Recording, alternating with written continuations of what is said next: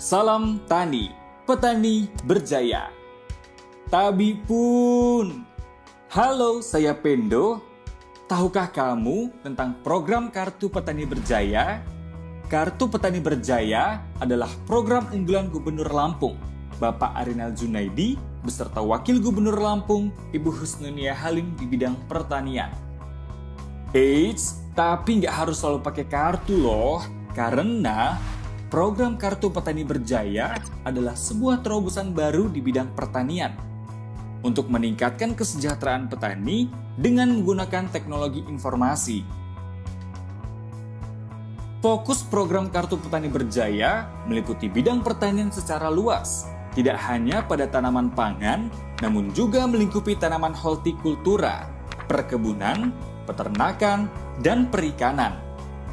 Berbagai pihak bekerja sama dalam program Kartu Petani Berjaya untuk menjamin kepastian ketersediaan pupuk, benih, bibit, sarana dan prasarana produksi pertanian lainnya, hingga kemudahan dalam mendapatkan permodalan pada pembinaan usaha tani dari awal masa tanam hingga masa panen dan setelah masa panen. Selain itu, program Kartu Petani Berjaya juga membantu para petani dalam memasarkan hasil panen.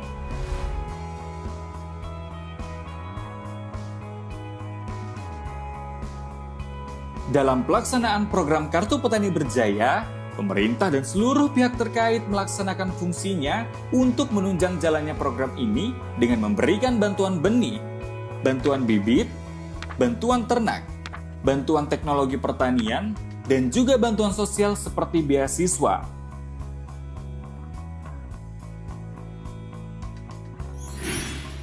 Jadi, program Kartu Petani Berjaya adalah program yang ditujukan untuk mengatasi semua permasalahan pertanian dengan cara bergotong royong yang melibatkan semua pihak terkait untuk meningkatkan produksi pertanian dan meningkatkan keuntungan usaha tani serta pada akhirnya meningkatkan kesejahteraan petani.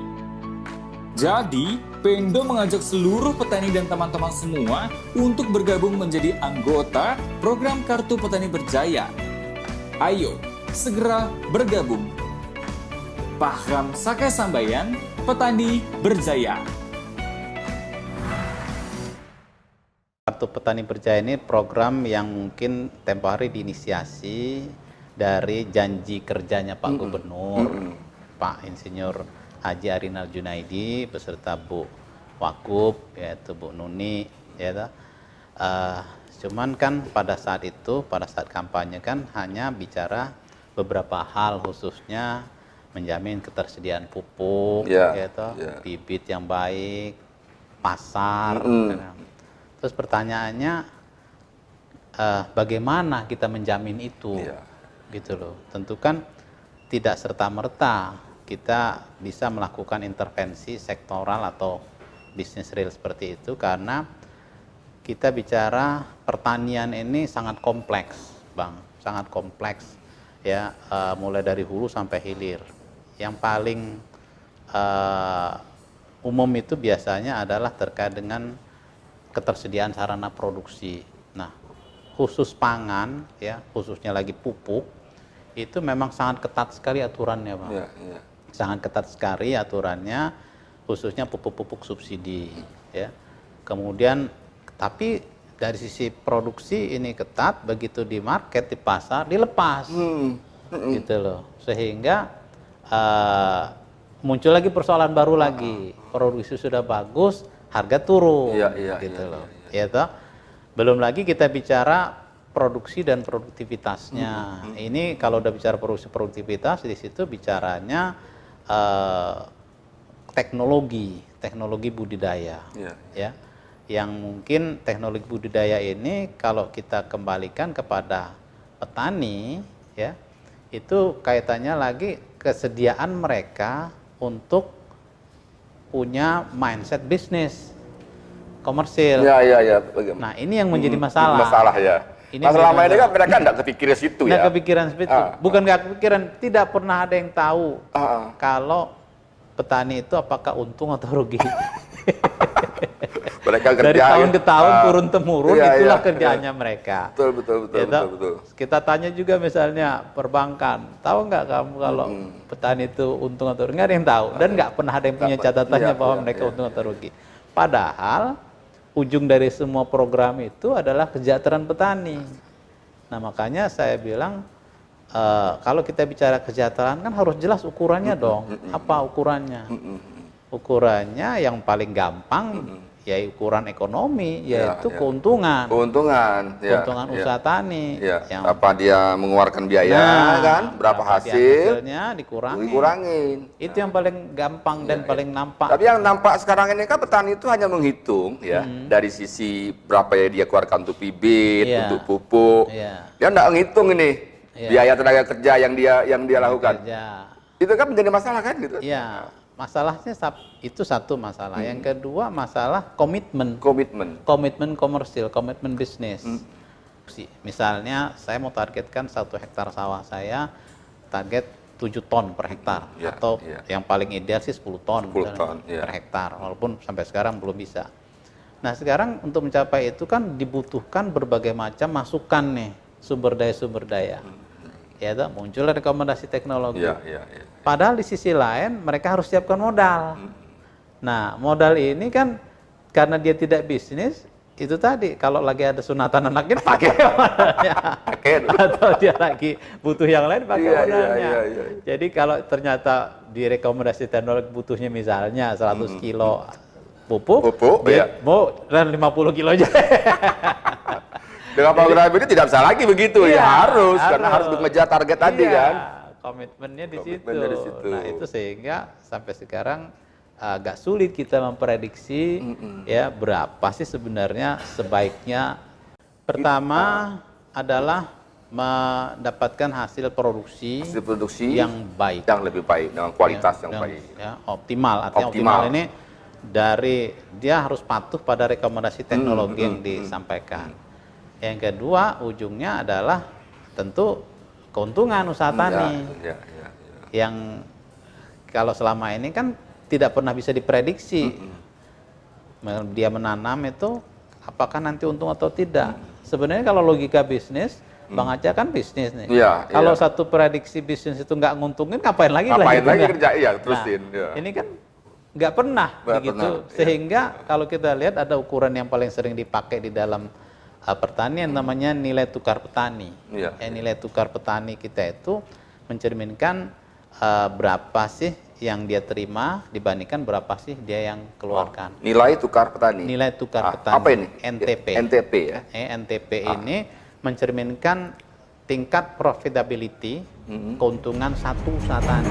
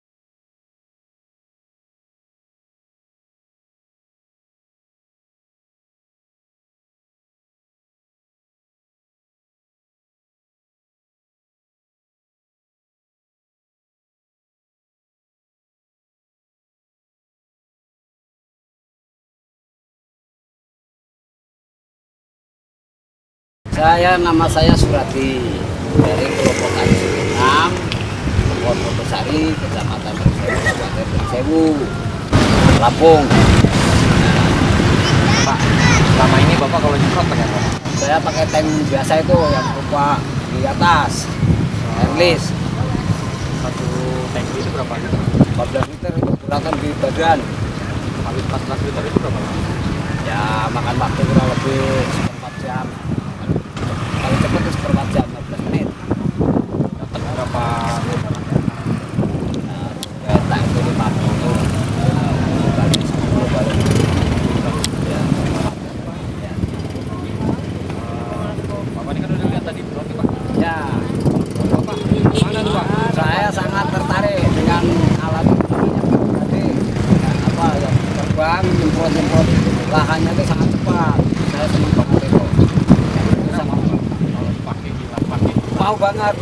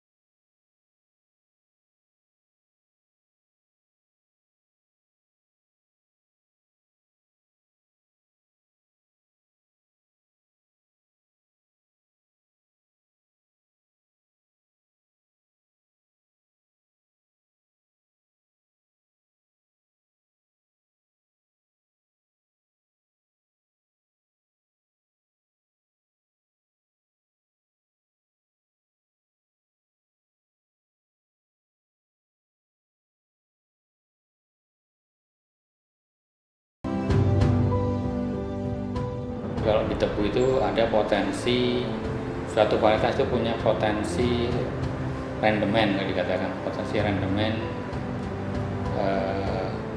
yang bisa dihasilkan pada saat dia masa fisiologis, jadi saat umur panen.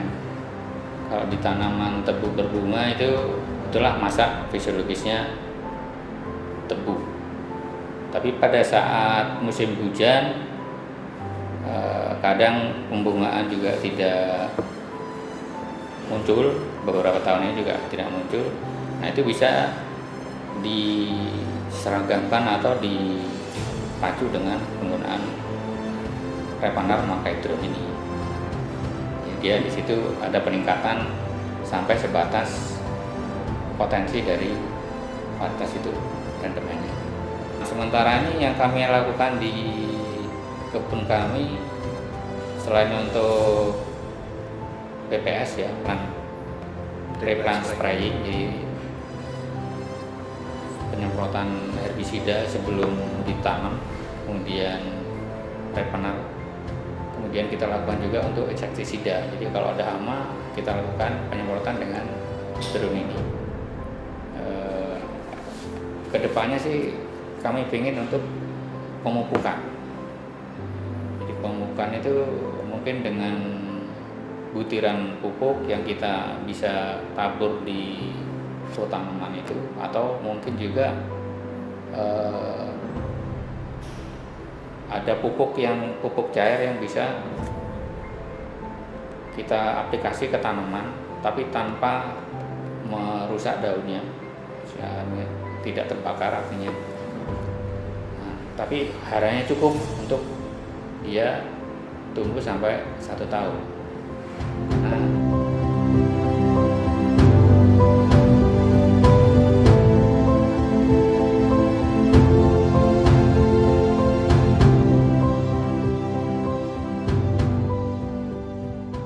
kalau secara pemakaian, secara efisiensi, secara keefektifan, drone tuh jauh lebih baik dibandingkan kalau kita mau pakai tenaga manual ataupun kalau kita menggunakan pesawat terbang. Dari segi cost itu jauh lebih murah.